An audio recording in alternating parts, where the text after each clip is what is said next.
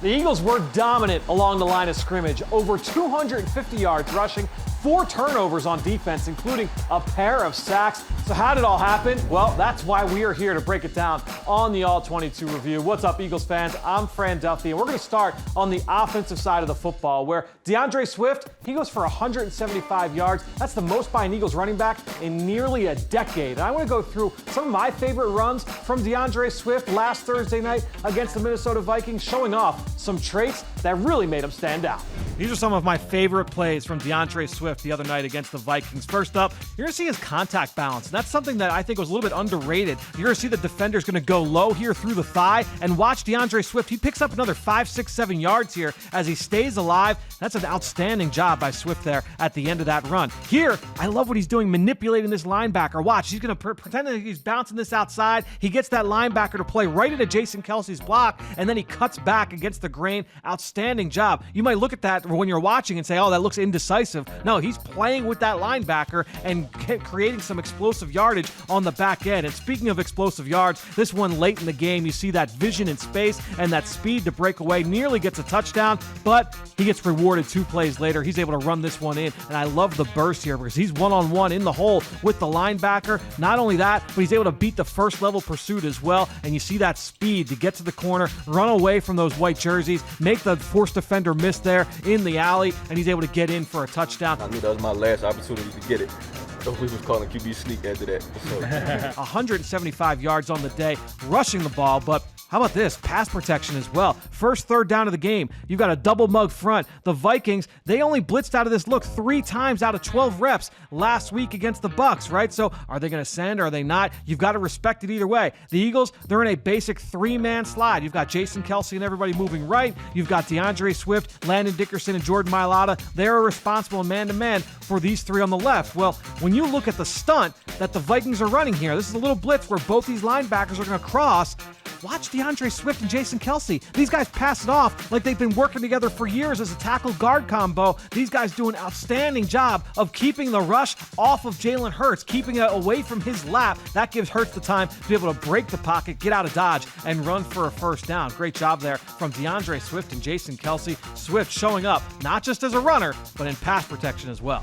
And I love that blitz pickup there at the end from DeAndre Swift. That was one of the plays that I included in my breakdown of Jalen Hurts and this pass game, some of the adjustments that they made to the Minnesota Vikings over the course of last Thursday night. You want to go check that out. That is an article with some video breakdowns over on PhiladelphiaEagles.com and the Eagles mobile app. You do not want to miss that breakdown of the Eagles pass game. Now, back to the run game. We got to go back to Jordan Mailata and this Eagles offensive line. The left tackle really stood out to me up front in the run game. Some outstanding movement against defensive ends, defensive tackles, and even some linebackers and unlucky safeties as well. Let's take a look at some of my favorite blocks from number 68 last Thursday.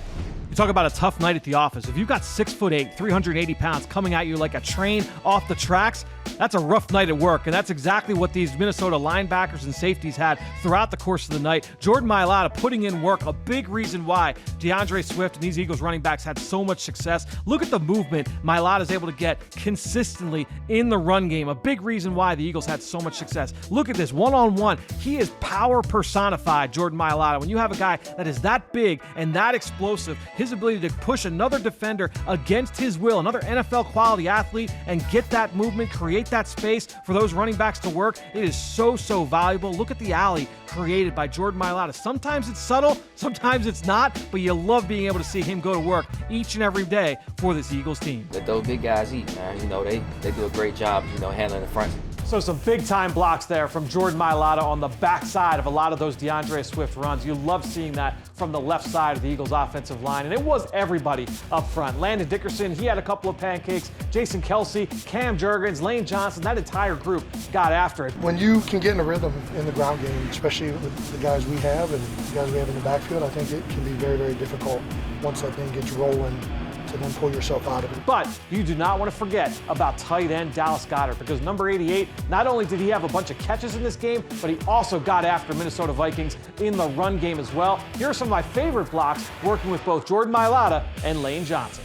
I love watching Dallas Goddard go to work as a blocker, and when he's working in tandem with his tackles, he does such a good job with his hand placement, his landmarks. Look at the movement there he and Lane Johnson get. In 88, he's looking for more. He's getting up to the second level. He's looking for Harrison Smith out in space. You watch him here. Look at these plays with Jordan Mailata. Dallas Goddard can be such a weapon. The Eagles use 12 personnel at a really high rate. Look at the vertical displacement there against the defensive end. Really great job there from both Mailata and from Dallas Goddard there on that play.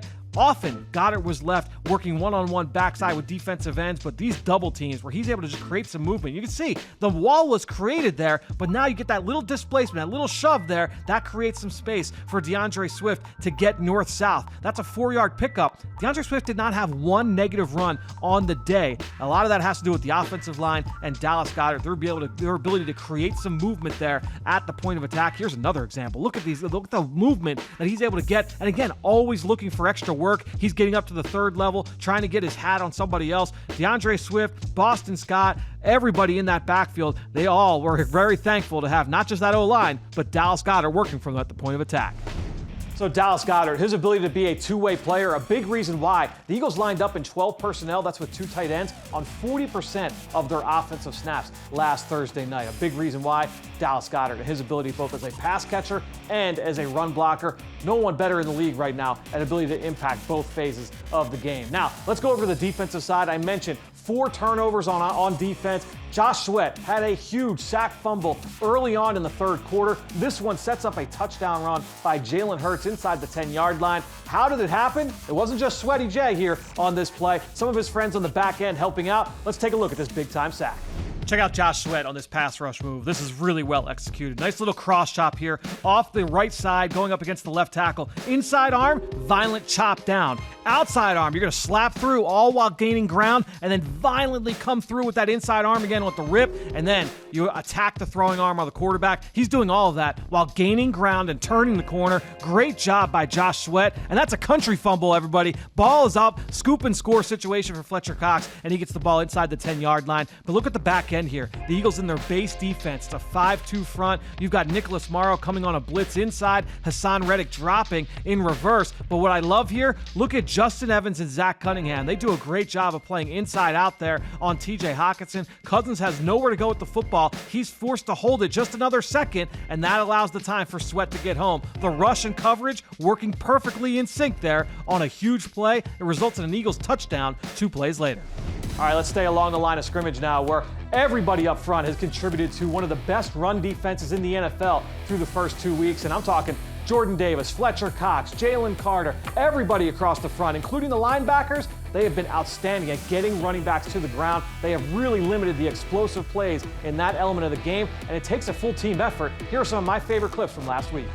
The Eagles have one of the best run defenses in football through 2 games, and when you could say something like that, that means it's a full team effort. Here it's their sub-package front. It's nickel defense. That means it's 6-on-6 in the run game, and you just watch everybody doing their job. Fletcher Cox, he's going to anchor down against the run, a double team there on the power run play. Jalen Carter, he's going to make himself available from the backside, but watch Zach Cunningham, how fast he flies downhill, meets the puller in the hole. The running back's got nowhere to go. Morrow's there. Cox is there. Carter comes. You see Edmonds flying in late at the last second. All those green jerseys flowing to the football. We always say it's like water to a drain, and you've got that with this Eagles defense. I love the way they're playing against the run. Here in this one, this is their base defense, so it's 7-on-7 in the run game. This is going to be a little zone play to the offense's right. Watch Fletcher Cox. Watch Hassan Reddick. Watch Nicholas Morrow. Everybody's chasing their gap, making sure that their gap is accounted for. Now you're going to force the cutback to the backside. Zach Cunningham, he's doing damage. You've got Milton Williams scraping over the top. Great job there, and Josh Sweat there to clean it up if there's some leakage through on the backside of that run. Another play here again in the Eagles base defense, this time with some of the backups on the field, and again you just see more of the same.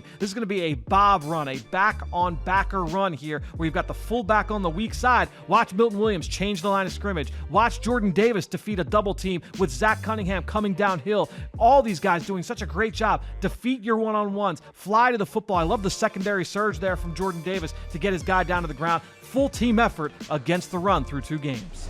And you saw in that last clip, Jordan Davis, that secondary surge to flow to the football. Davis really showed up in a number of plays in the pass game as well in this one. Let's take a look at some of my favorites. They both happened in the first quarter.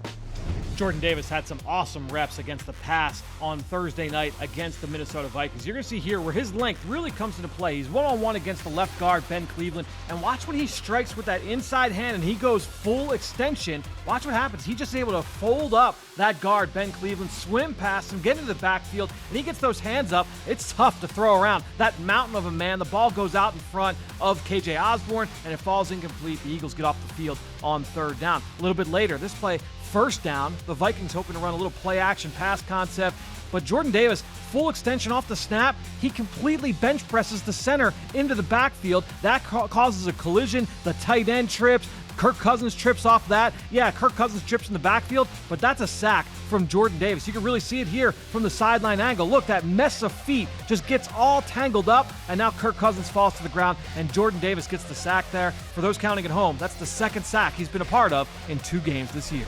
All right, so we've been line of scrimmage heavy so far here in this segment, but I would be remiss if I did not give some love to Josh Jobe, the second-year corner out of the University of Alabama, former undrafted free agent, stepped in and got the start in place of James Bradbury, and Jobe really stood out. He did an excellent job of winning his one-on-one. He was really physical at the line of scrimmage. Let's take a look at some of the second-year corners' top plays against the Vikings. Josh Jobe got his first start this past week against Minnesota, and I was impressed. Former undrafted free agent, really competitive in press coverage. Watch the jam here. Take Kirk Cousins off that initial read. He wants to go to the rookie Jordan Addison, and Josh Jobe wants no parts of it. He does a great job of locking up his receiver early on the down. Here's another example, again, where he's able to get that receiver, completely disrupt the timing there, this time to the ground. Cousins has to go to the check down early because Addison's completely removed from the play. Great job from Josh Jobe on those 2 reps, but he also did a great job of just mirroring and playing steady, sticky coverage down the field. Here's a double move, a little stutter go on the outside. Jobe is all over it. This ball ends up overthrown because the timing, again, is thrown off. You see another one here at the top of the screen. And keep in mind, when you've got multiple sets of eyeballs on Justin Jefferson, multiple sets of eyeballs on TJ Hawkinson, like you see here on plays like this, well, that means your other guys need to be able to win one-on-one. Josh Jobe locking up Jordan Addison on a couple of these clips was huge for the Eagles defense last Thursday night. All right, so if you liked this breakdown, you want to make sure you are listening to the Eagle Eye in the Sky podcast. Myself and Greg Cosell, we're going to be breaking down all the film you watched here in this segment. You can find it wherever podcasts can be found. Until then, we'll see you next time right here on the All 22 Review.